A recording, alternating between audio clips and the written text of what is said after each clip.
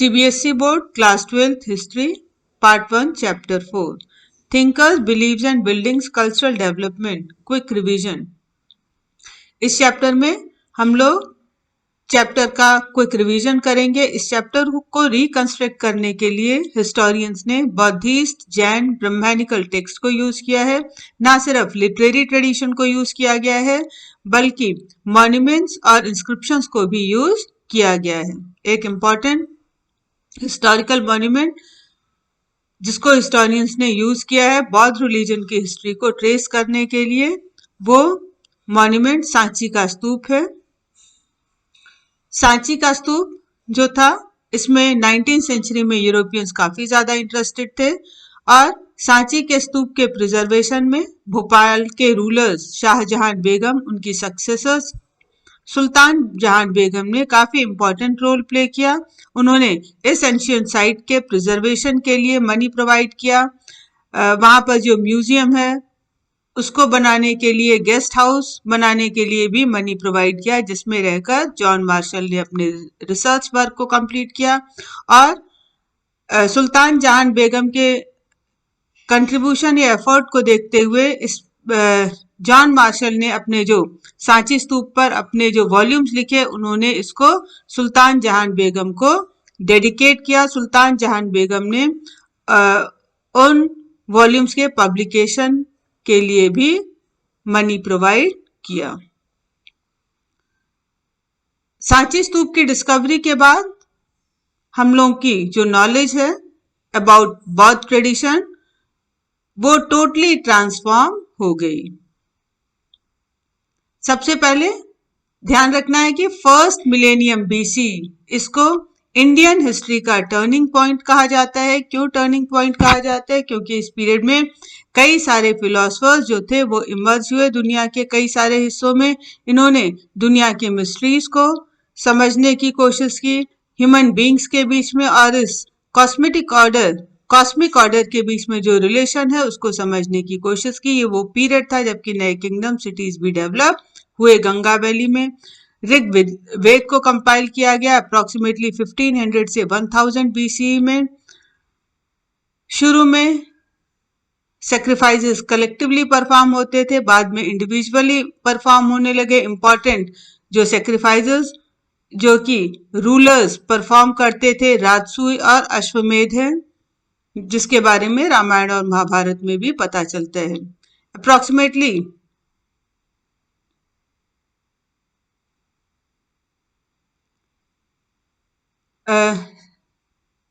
5th century onwards उपनिषद को भी लिखा गया। उपनिषद को लिखा गया लोगों की इसमें इस उपनिषद को पढ़ने से इसमें पता चलता है कि उस समय लोग काफी क्यूरियस थे लाइफ के बारे में जानने के लिए। Possibility of life after death, rebirth, इन सारे क्वेश्चंस को फेस कर रहे थे और उनकी क्यूरियोसिटी उपनिषद को पढ़ने पर पता चलती है। उपनिषद में उनकी इस क्यूरियोसिटी को डील किया गया है। उस समय important 64 school of thoughts India में प्रिवलेंट थे। उस समय जो डिफरेंट स्कूल ऑफ थॉट्स थे इनके टीचर्स के बीच में डिबेट कुटाग्रशाला में हुआ करता था। कुटाग्रशाला अगर हम इसके लिटरली वर्ड मीनिंग पर जाएं तो hut with a pointed roof. तो इंडियन सबकॉन्टिनेंट में approximately 6th century BC 64 school of thoughts थे। इसमें महावीर और जो भगवान बुद्ध हैं और महावीर वो इसमें सबसे इंपॉर्टेंट थे। इन्होंने वेदों की अथॉरिटी पर भी क्वेश्चन रेज किया। इन्होंने इंडिविजुअल एजेंसी पर एम्फेसिस किया और कहा कि स्त्री और पुरुष सेल्फ एफर्ट से लिबरेशन को अचीव कर सकते हैं। Message of Mahavir, what were the main teachings of Jain religion? तो जैन फिलॉसफी वर्धमान महावीर के बर्थ के पहले ही इंडियन सबकॉन्टिनेंट में एग्जिस्ट करती थी। माना जाता है वर्धमान के पहले 23 और तीर्थंकर जैन रिलीजन में हो चुके थे। Tirthankar they are the teachers who guide the men and women across the river of existence. 1 mark के लिए काफी इंपॉर्टेंट है। फिर what are the main teachings of Buddhism, बौद्ध रिलीजन की मेन टीचिंग्स क्या हैं, आपको की पॉइंट ही लिखना है कि according to Jainism entire world is animated, पूरी दुनिया में ही जान है, स्टोन रॉक्स इवन वाटर में भी लाइफ होता है, अहिंसा ये जैनिज्म की सेंट्रल फिलॉसफी है जिसने इंडियन थिंकिंग पर अपना काफी असर छोड़ा है। जैन टीचिंग्स के अकॉर्डिंग बर्थ और रिबर्थ का जो साइकिल है वो कर्म के थ्रू शेप होता है और asceticism एंड पेनेंस के थ्रू, त्याग और तपस्या के थ्रू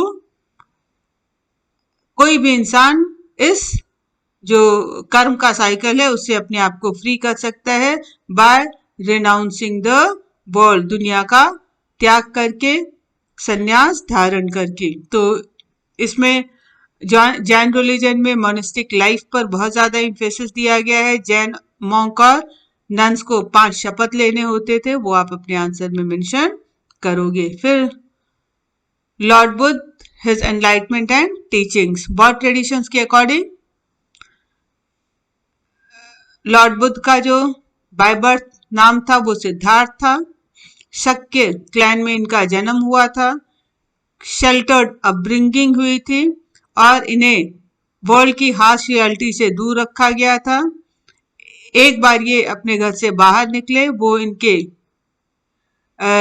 लाइफ का टर्निंग पॉइंट था जहां पर उन्होंने एक सन्यासी देखा, एक बुजुर्ग इंसान, एक बीमार इंसान और एक डेड बॉडी भी देखी, बहुत ज्यादा दुखी हुए। लेकिन जब इन्होंने सन्यासी को देखा जिसके चेहरे पे शांति थी, इससे ये बहुत ज्यादा इंप्रेस हुए और उन्होंने भी डिसाइड किया कि वो भी ऐसा ही करेंगे।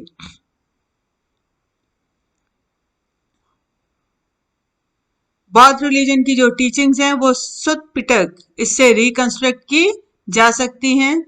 तो सुत्त पिटक में मेन टीचिंग्स क्या हैं, आप लोग यहाँ से पॉइंट इसको है मेंशन करोगे कि some stories describe his miraculous powers, others suggest that Buddha he tried to convince people through reason and persuasion. According to Buddha philosophy, world is transient, it is constantly changing, soulless, and within this transient world, sorrow is intrinsic to human existence, and by following the path of moderation between severe penance and self-indulgence, the human being can rise above the worldly troubles. तो ये आपकी जो points हैं बौद्ध teaching में आप लोग यहाँ पे लिखोगे और बोर्ड एग्जाम में ये point what are the main teachings of Jain religion और what are the main teachings of Buddha religion, how Buddha teachings can be reconstructed from सुत्त पिटक, इस तरह के क्वेश्चन आते हैं और ये जो इस चैप्टर का सेंटर थीम है। लॉर्ड बुद्ध के जो लास्ट वर्ड्स अपने फॉलोअर्स के लिए क्या थे ये भी आप मेंशन करोगे, बी लैम्प्स अनटू योरसेल्फ, अपने दीपक खुद बनो और अपने लिबरेशन का रास्ता खुद ढूंढो। फिर इनके जो फॉलोअर्स थे वो संघ में ऑर्गेनाइज थे, जो मॉन्क संघ में रहते थे उनको भिक्खु बोला जाता था क्योंकि वो भिक्षा पर जिंदा रहते थे। बाद में वुमेन को भी इसमें एडमिट किया गया। प्रजापति गौतमी वो इनकी जो फोस्टर मदर थी, she was the first women to be ordained as a bhikkhuni. फिर आपका जो संघ की लाइफ के इंपॉर्टेंट फीचर्स हैं ये मेंशन करोगे आप लोग। मेजर डेवलपमेंट्स टाइमलाइन 1 मैंने आपको ऑलरेडी बताया है कि आपको चैप्टर्स के एंड में जो टाइमलाइन दी हुई है वो जरूर याद करनी है, उसमें से बोर्ड एग्जाम में क्वेश्चन आते हैं। फिर आपका what are the stupas and why were they built, stupa क्या थे और उन्हें क्यों बनाया जाता था।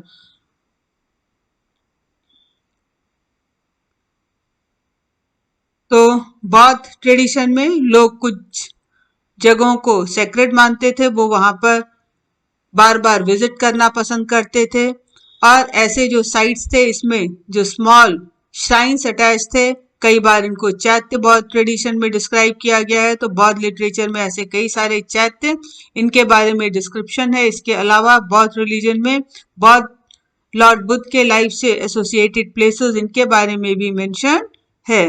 कौन से? लुम्बिनी, बोधगया, सारनाथ एंड कुशीनगर। लॉर्ड बुद्ध की डेथ के बाद अशोक ने उनके जो रेलिक्स थे उनको डिफरेंट पार्ट्स में डिवाइड किया और ये कहा कि हर इम्पोर्टेंट जो सिटी है वहां पर उनके रेलिक्स पर एक स्तूप बनेगा और वही पीरियड है जबकि स्तूप्स का बनना शुरू हुआ। और इस तरह से लगभग 2nd सेंचुरी बीसी तक इंडियन सब कॉन्टिनेंट में कई सारे स्तूप्स बन चुके थे। सबसे इंपॉर्टेंट भरतपुर, सांची और सारनाथ हैं। तो स्तूप का स्ट्रक्चर यहाँ पे हम लोग मेंशन दिखाया हुआ है कि स्तूप का क्या स्ट्रक्चर है। जो सेमी सर्कुलर माउंड है इसको अंडा बोला जाता है। इसके बाद इसके चारों तरफ कॉम्प्लेक्स स्ट्रक्चर धीरे धीरे इवॉल्व होते गए। अंडा के ऊपर फिर हर्मिका है, ये बालकनी जैसा एक स्ट्रक्चर है, माना जाता है इसको एबोर्ड ऑफ गॉड के रूप में रिप्रेजेंट किया जाता है। फिर हर्मिका से यष्टि निकली हुई है और यष्टि पे छतरी लगी हुई है।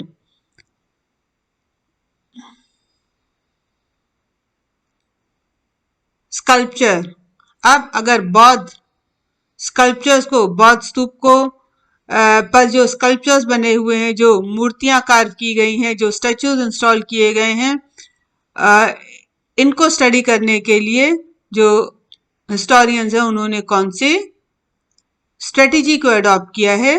तो अगर हम सांची स्तूप के स्टडी में लिया हुआ है, सांची स्तूप में जो स्कल्पचर्स ड्रॉ किए गए हैं, तो उन बौद्धिस्ट स्कल्पचर को समझने के लिए कौन सी स्ट्रेटेजी अडॉप्ट की गई है? इसके लिए आर्ट हिस्टोरियंस को बौद्ध ट्रेडिशन से फेमिलियर होना जरूरी है और इसमें से कुछ जो सीन्स हैं वो वेशांतर जातक से लिए गए हैं। कई बार शुरू में जो स्कल्पटर्स थे ये लॉर्ड बुद्ध को ह्यूमन फॉर्म में नहीं डिपिक्ट करते थे, इसके लिए उन्होंने सिंबल्स को यूज किया है, जैसे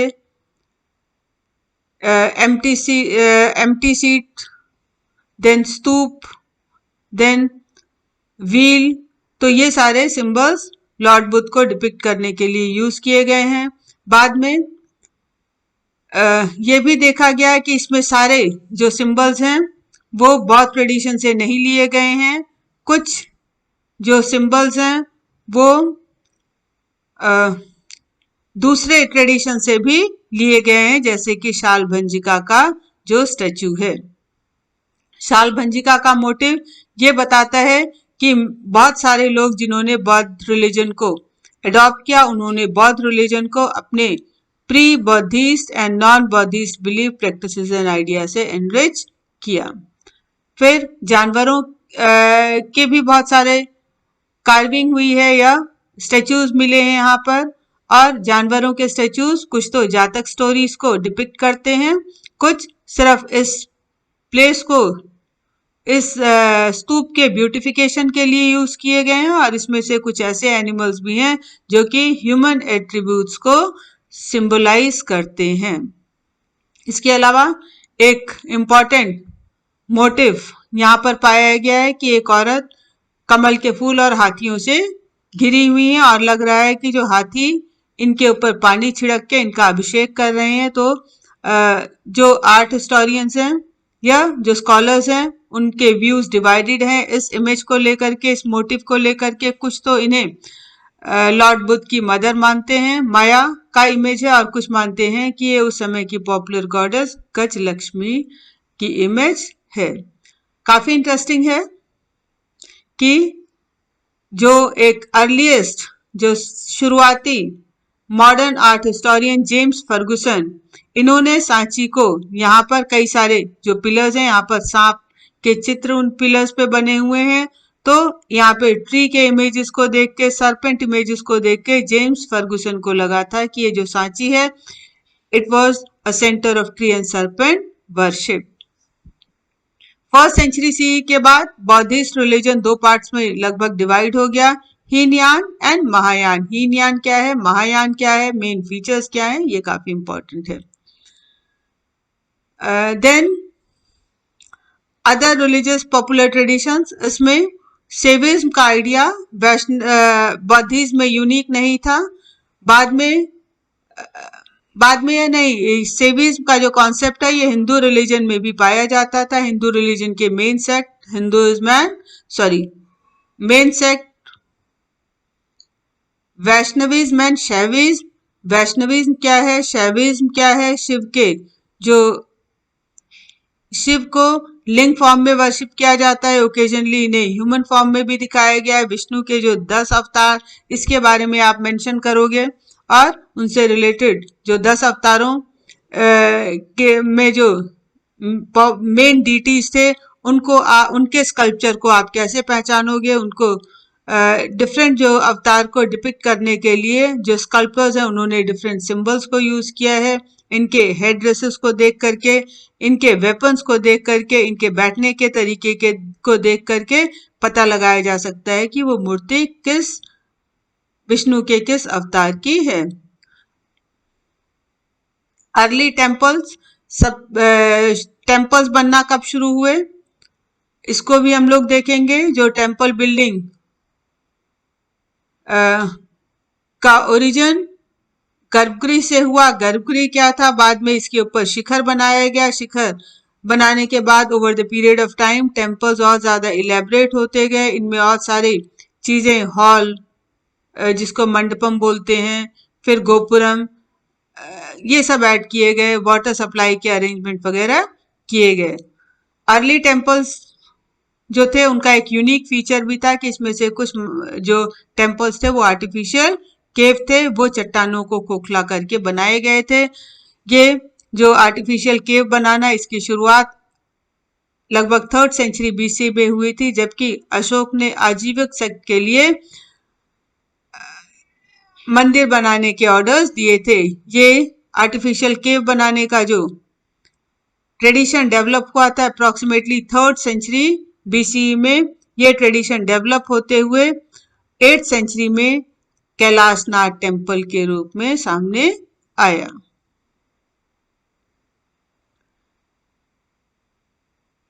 अब सवाल ये उठता है कि कैसे हिस्टोरियंस पता लगाते हैं कि ये जो डिपिक्शन है वो क्या है, ये जो स्टेच्यूज मिली हैं वो किस ट्रेडिशन से, किस तरह से कनेक्टेड है, किसकी स्टेच्यूज हैं। तो शुरू में जो यूरोपियन स्कॉलर्स, इन्होंने इंडियन स्कल्पचर्स को स्टडी करना शुरू किया, तो कई बार वो इन फिगर्स को देख करके, इंडियन स्टेच्यूज को देख करके डर जाते थे, क्योंकि वो इंडियन ट्रेडिशन, यहाँ के रिलीजियस ट्रेडिशन से फेमिलियर नहीं थे। उन्होंने इंडियन जो स्कल्पचर था उसको ग्रीक स्कल्पचर से कंपेयर किया, और उसमें उसे इंडियन स्कल्पचर ग्रीक आर्टिस्ट के वर्क से इंफीरियर लगा। और इसीलिए जब उन्हें लॉर्ड बुद्ध एंड बौद्धिस्ता की इमेजेस मिली जो कि ग्रीक मॉडल पर बेस्ड थी, तो वो बहुत ज्यादा एक्साइटेड हुए और उन्होंने उन स्टैच्यूज को इंडियन आर्ट का बेस्ट एग्जाम्पल माना। ये आप टाइमलाइन 2 इसको भी लर्न करोगे।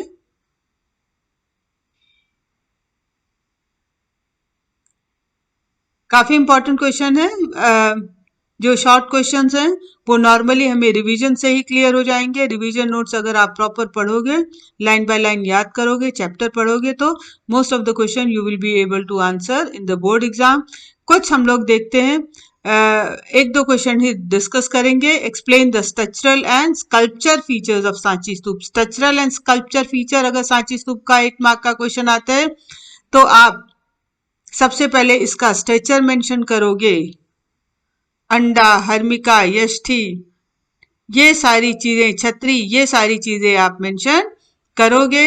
और इसके बाद स्कल्पचर फीचर्स में आप क्या लिखोगे कि वैशांतर जातक से कुछ स्टोरीज ली गई हैं, लॉर्ड बुद्ध को सिंबल के थ्रू रिप्रेजेंट किया गया है। फिर इसके बाद सारे जो स्कल्पचर सांची स्तूप में ड्रॉ किए गए हैं वो बौद्धिस्ट ट्रेडिशन से इंस्पायर्ड नहीं थे, दूसरे ट्रेडिशन के जो इंपॉर्टेंट आइडियाज थे कई बार उनको भी यूज किया गया है सांची स्तूप के इमेजेस में। फिर आप लोग माया और गजलक्ष्मी का डिपिक्शन मेंशन करोगे। सरपेंट जो सांप हैं उनके डिपिक्शंस को भी मेंशन करते हुए इस आंसर को कंप्लीट करोगे। काफी इंपॉर्टेंट क्वेश्चन है कि how did Sutta Pitaka construct the philosophy of Buddhism, mention about Buddhist Tripitaka. तो आप इसमें बौद्ध फिलॉसफी को, बौद्धिस्ट रिलीजन की फिलॉसफी को सुत पिटक से कैसे रिकंस्ट्रक्ट किया जा सकता है, बुद्ध त्रिपिटक को भी आप मेंशन करोगे। तो ये ऑलरेडी हम लोग रिवीजन में भी डिस्कस कर चुके हैं। त्रिपिटक में विनय पिटक, सुत पिटक, अभिधम पिटक, तो ये तीनों पिटक और इस कौन से पिटक में क्या है ये मेंशन करोगे। तो स्तूप क्या थे, इनको कब बनाया गया, इसके लिए पैसा कहाँ से आया, इसके बारे में मेंशन करोगे। Mid first millennium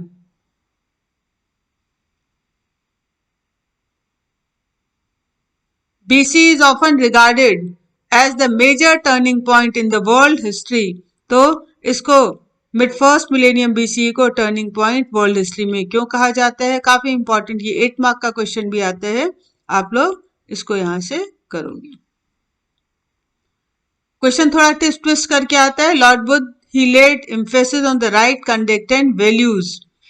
In the light of the above message explained his teachings।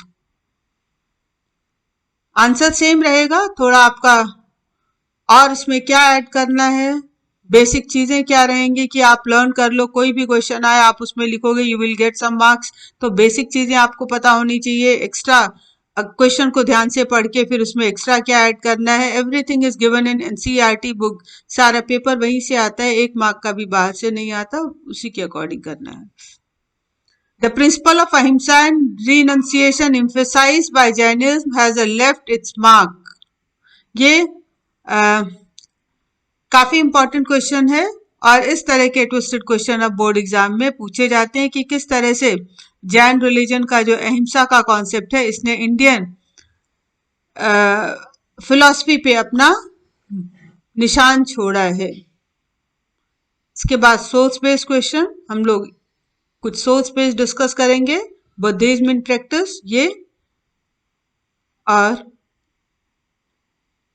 Last how stupas were build.